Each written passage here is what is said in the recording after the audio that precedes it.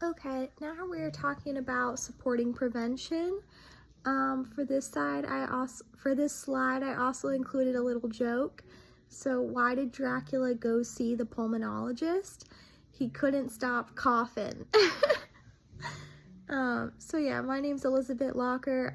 I do apologize. I'm a little stuffy right now. I think I have allergies. And also my computer isn't working, so I'm kind of coming from a different angle because I have to shoot with my iPad. So yeah. So preventing COPD. One of the biggest thing is eliminating risk factors. So a lot of times these are things that are easier said than done. We talk about someone who has been smoking like most of their life. My dad started smoking when he was 11, and then he quit smoking when I was a kid. So I'm not sure if he was in his 30s at that point.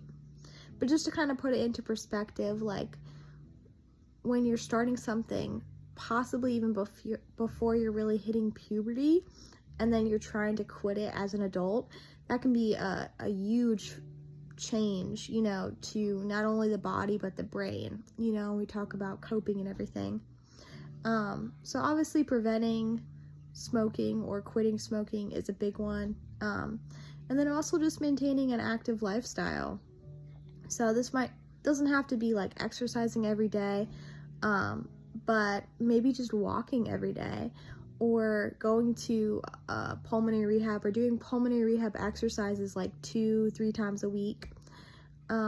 Avoiding environmental triggers, so that can be like smoke inhalation, allergy components, like if you have a pet with excess dander that you may be allergic to.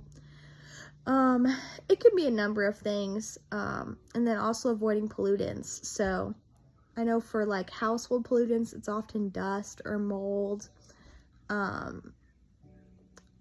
possibly like getting a purifier. So I know there's a lot of them out there in the market, but there's some that are like approved. I know my dad has one that has like a label on it that's like approved, and it just kind of holds like a, you know, a better standard that it's stripping the air of a certain number of pollutants per like cycle that it runs. Some of those can be really helpful. And then also like if you live in a big city, we talk about like, you know, carboxyhemoglobin and the body like gradually taking on, you know, and holding in those components. That can also play a factor, right?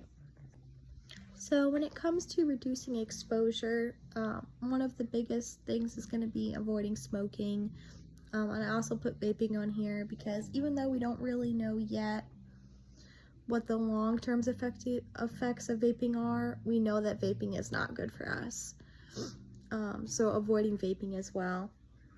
Smoking is one of the most easily identifiable factors associated with COPD, and is an important component when it comes to quitting and avoiding a diagnosis of COPD. So basically what it's meaning is just that oftentimes when we see someone who smokes, we're also going to see them usually end up with COPD if it's long-term smoking use. So if you think about over the course of your life, you know, if you're smoking 30, 40, 50 years, you're way more likely to end up with COPD than someone who doesn't smoke.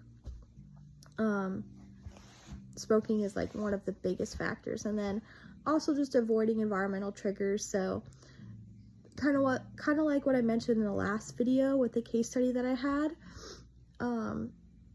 You know, I basically just mentioned that I had a case study where I interviewed a patient that was not on a ventilator. They came in with a COPD exacerbation, and they had been smoking most of their life. They started smoking when they were young, like I think pre-pubescent, but then they were working in like I always forget what it's called, but like stripping drywall.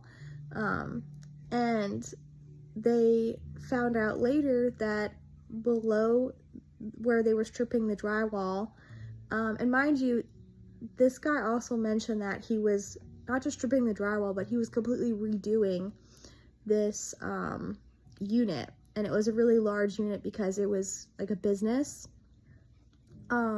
So it took a pretty long time. Come to find out later that the people below where the business was, they were like smoking and making crystal meth.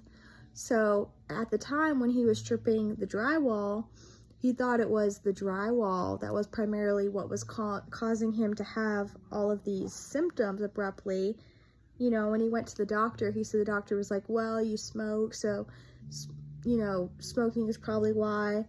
But then come to find out later, they were, you know, these people were cooking crystal meth, and that was probably also a factor in why his symptoms were triggered. So that's just another example. So why do you smoke? Well, roughly 40% of people who currently smoke have a diagnosis of COPD. So smoking can play a huge factor in determining whether or not someone ends up with COPD, as I previously mentioned. So I just put on here some ways to avoid smoking. Like I said at the beginning, obviously this is easier said than done.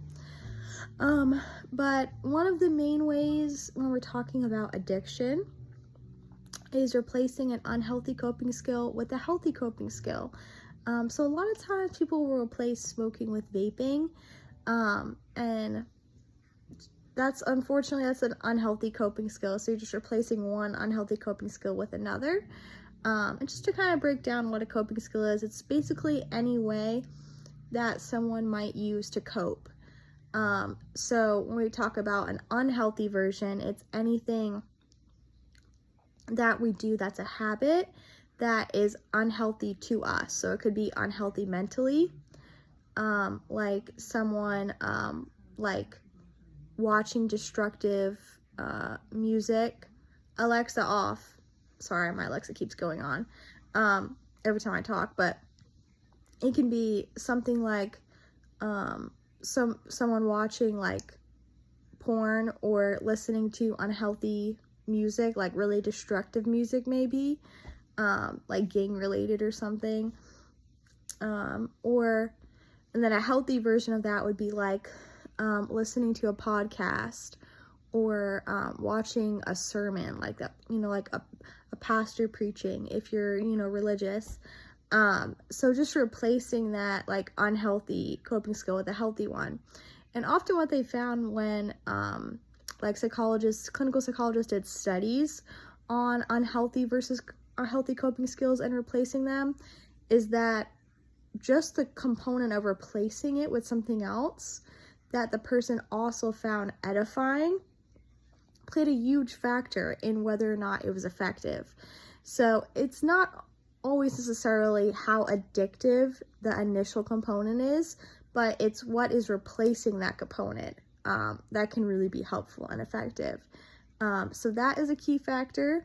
I know for some people with smoking, they'll wear like this little, it's like a little necklace, and it like at the end it has what looks like a cigarette, but it's really just something that they can put up to their mouth just to kind of signal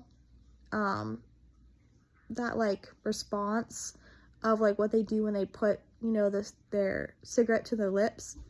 But then I've also seen a lot of people use nicotine patches to gradually like come off of nicotine, or even like start with nicotine gum and then gradually just to regular gum. Oftentimes too, people will replace it with sugar. So the same part or mechanism of the brain that lights up when someone is addicted to something is also the same component that lights up when we eat sugar. So it's gonna be an effective factor. Is it healthy? No, sugar's never healthy. it's not no one across the board is going to say that sugar is healthy for you, but if we're thinking about sugar instead of smoking, it can be, you know, a better factor in that regard. Also, replacing it with maybe like a healthy sugar, like fruit or smoothies or acai bowl, something along that end, that also is, you know, kind of stimulates that person without, you know, the negative effects of the crash with the sugar. And then lastly, it's knowing your why. So why do you want to quit? You know, what are you going to get out of this? And who are you doing this for? Are you trying to quit for yourself, or are you trying to quit for someone else? Okay, so this last slide I'm just going to run through real quick. So COPD maintenance, we have medication. I just used the Trilogy Ellipta inhaler as a great example because it's a common one with COPDers. It's a dry powder inhaler. It's got fluticasone, which is an inhaled corticosteroid. It's got umeclidinium, sorry I can never say that word, which is a long-acting muscarinic agent. And then vilanterol, which is a long-acting beta-adrenergic agonist. And so all those three components together really make for an effective medication when it comes to, you know, eliminating or helping alleviate shortness of breath. And yeah, and then vaccines. I'm usually hesitant with like suggesting or saying I recommend a vaccine, or just recommending vaccines in general. I think there's a lot of side effects that come with vaccines. That could be just my personal bias, but it does show that in some cases vaccines can help prevent stuff, especially with like, you know, some of the more extreme illnesses, so like RSV, shingles.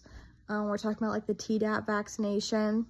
With influenza, it was like when you're looking at like daily report or yearly reports, annual reports, it can be a little bit more up in the air. Sometimes the flu vaccine is 33% effective. It can run anywhere from like 33 to 40% effective. Really depends. Sometimes it can be less than that, just because they don't know what strain you're going to get. However, it doesn't mean that it's not effective, especially for people who are older. You know, as you're getting older, it's more likely that you could get a flu and it turn into something a lot worse. And then exercise, so not overdoing exercise, but maybe using pulmonary rehab, or some type of community, you know, community workout or something, like once a week or twice a week or something that can be effective.